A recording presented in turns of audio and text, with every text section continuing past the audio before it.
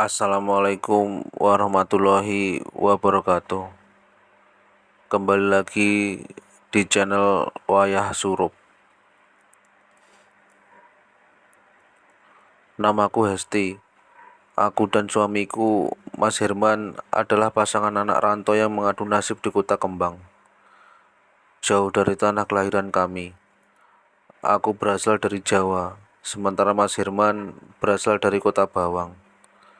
Kami menikah di tahun 2002, hidup sederhana di rumah kontrakan kecil. Kehidupan kami penuh perjuangan dengan suka dan duka yang biasa mewarnai rumah tangga. Mas Herman adalah sosok yang ramah, mudah bergaul, dan aktif di lingkungan sekitar. Selalu ada di masjid untuk salat maghrib dan isya, atau berkumpul bersama warga. Kehidupan kami berjalan seperti biasa hingga suatu hari di tahun 2013 semuanya mulai berubah. Aku mulai memperhatikan perubahan pada Mas Herman. Kebiasaannya pulang dari masjid tepat waktu berubah menjadi larut malam. Ketika aku tanya, ia selalu menjawab singkat, seperti dari pengajian atau ngobrol di pos kamling. Namun, raut wajahnya semakin hari semakin dingin, seakan ada jarak yang tak terlihat. Rasa penasaranku memuncak ketika aku dengar dari Pak Anto, tetanggaku, bahwa Mas Herman sudah beberapa hari tidak terlihat di masjid. Mungkin dia keluar kota, tanyanya. Kata-kata itu menghantamku. Jika bukan di masjid, lalu di mana Mas Herman? Ketika Mas Herman pulang malam itu, aku mencoba bertanya dengan hati-hati. Tetapi jawaban yang keluar membuat hatiku hancur. Urusan laki-laki, gak perlu tahu, katanya dengan nada kasar yang tak pernah aku dengar sebelumnya.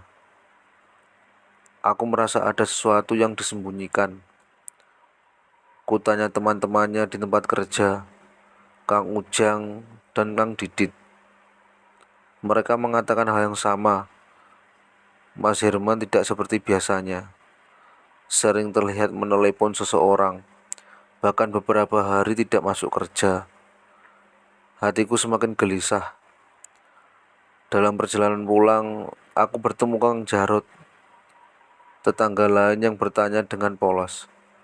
Mbak Hesti, kenapa Mas Herman sering di rumah Sukma? Sukma adalah janda terkenal yang kabarnya suka memikat laki-laki dengan ilmu hitam. Hatiku mencelos mendengarnya. Aku segera mengajak Kang Jarot untuk memastikan sendiri. Sesampainya di rumah Sukma, pemandangan yang kutemukan membuat dadaku sesak. Mas Herman duduk di sana, wajahnya kosong seperti bukan dirinya.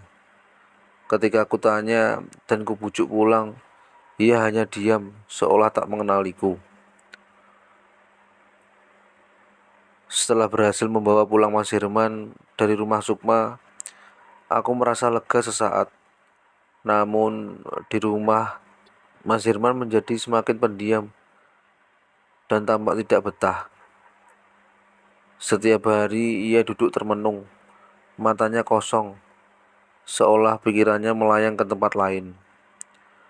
Hatiku semakin hancur, tak tahu harus berbuat apa. Dalam kepanikan, aku menelepon ibuku di Jawa. Dengan perasaan cemas, ku ceritakan semuanya. Ibuku mendengarkan dengan seksama dan berjanji akan mencari bantuan dari seorang orang pintar bernama Mbah Musim. Mbah Musim dikenal sebagai orang yang mampu berkomunikasi dengan dunia spiritual. Ketika ibuku menemui beliau, hal yang pertama ditanyakan adalah weton lahir suamiku. Setelah diberitahu, Mbah Musim memulai ritualnya.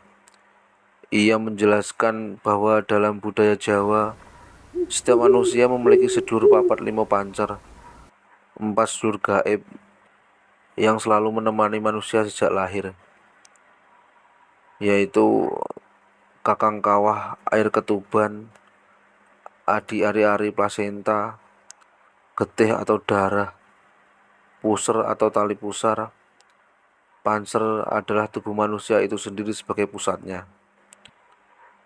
Menurut Mbah Musim, sedulur papat ini bisa dipanggil untuk membantu mengungkap apa yang sebenarnya terjadi. Dalam ritualnya, Mbah Musim memanggil sedulur papat milik Mas Hirman. Setelah komunikasi terbuka, ia bertanya, apa benar Jabang Bayi Herman ini sedang kasmaran dengan orang lain? Jawaban yang keluar membuat hatiku bergetar. Sedulur papat itu menjawab iya. Mereka mengatakan bahwa Mas Herman tidak sepenuhnya sadar. Ia terikat oleh ilmu hitam sukma yang membuatnya tergila-gila tanpa alasan jelas. Mbah Musim mengatakan bahwa untuk memutus pengaruh sukma, aku harus ikut dalam ritual penyembuhan. Aku diberi syarat untuk membawa pakaian suamiku, segenggam tanah dari depan rumah sukma, dan air dari masjid tempat Mas Herman sering salat. Aku mengikuti semua instruksi dengan penuh tekad. Ritual itu berlangsung selama beberapa jam. Doa-doa dipanjatkan, mantra-mantra dilafalkan, dan sedulur papat milik Mas Herman diminta membantu melindungi suamiku. Menurut Mbah Musim, Sukma menggunakan ilmu hitam yang sangat kuat. Dalam proses itu, sedulur papat Mas Herman harus bertarung dengan kekuatan gaib Sukma. Aku diminta untuk tidak berhenti berdoa dan menguatkan hatiku. Selama ritual, Mas Herman yang berada di rumahku mulai menggigil dan berkeringat dingin. Ia berteriak-teriak tanpa sadar menyebut nama Sukma.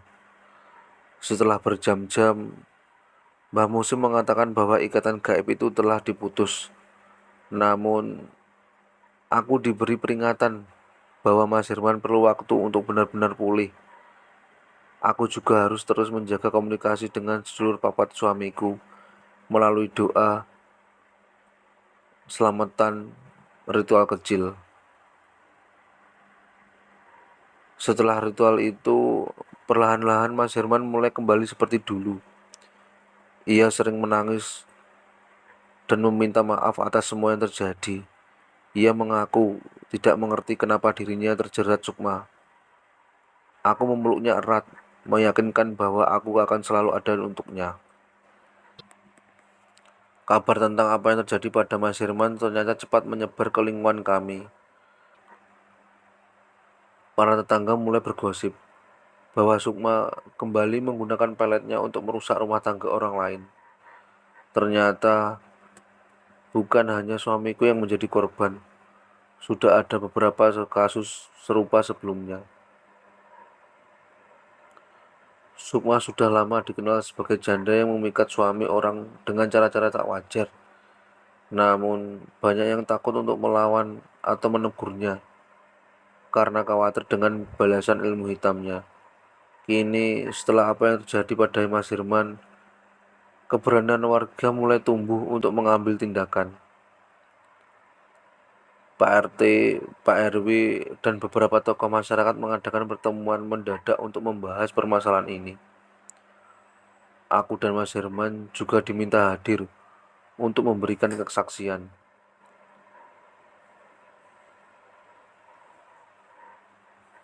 Dengan suara bergetar, aku menceritakan bagaimana perubahan suamiku dan bagaimana aku menemukan dia di rumah Sukma.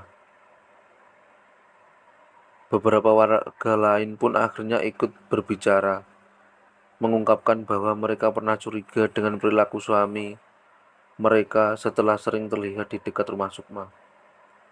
Semua ini menjadi bukti kuat bahwa Sukma telah menjadi ancaman bagi keharmonisan keluarga di lingkungan kami.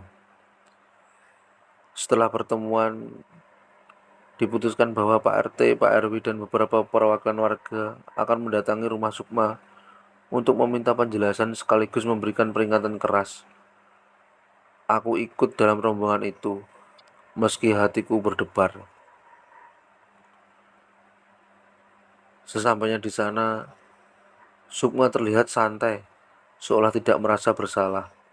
Namun ketika Pak RT mulai berbicara dengan nada tegas, wajahnya berubah. Pak RW dengan lantang mengatakan, perilaku Anda sudah merusak banyak rumah tangga di sini. Ini bukan pertama kalinya, dan kami tidak akan tinggal diam lagi. Sukma awalnya membantah. Ia mengatakan bahwa semua itu hanyalah fitnah. Namun, ketika warga mulai menyebut nama-nama suami yang sering terlihat di rumahnya, Sukma tak bisa lagi menyangkal. Setelah diskusi panjang, warga sepakat bahwa Sukma harus meninggalkan lingkungan kami.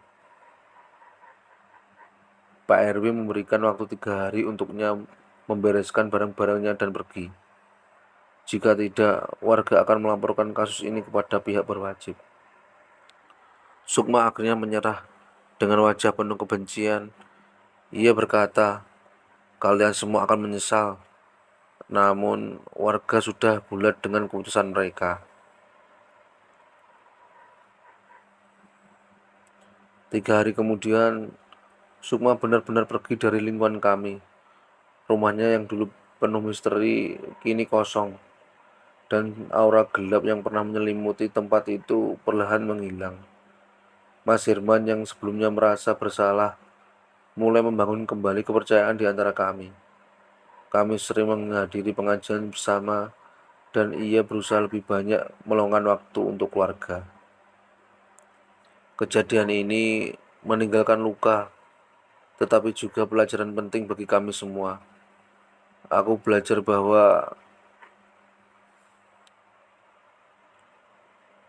cinta dan keluarga harus selalu dijaga, tidak hanya dari godaan manusia, tetapi juga dari kekuatan gelap yang bisa datang kapan saja.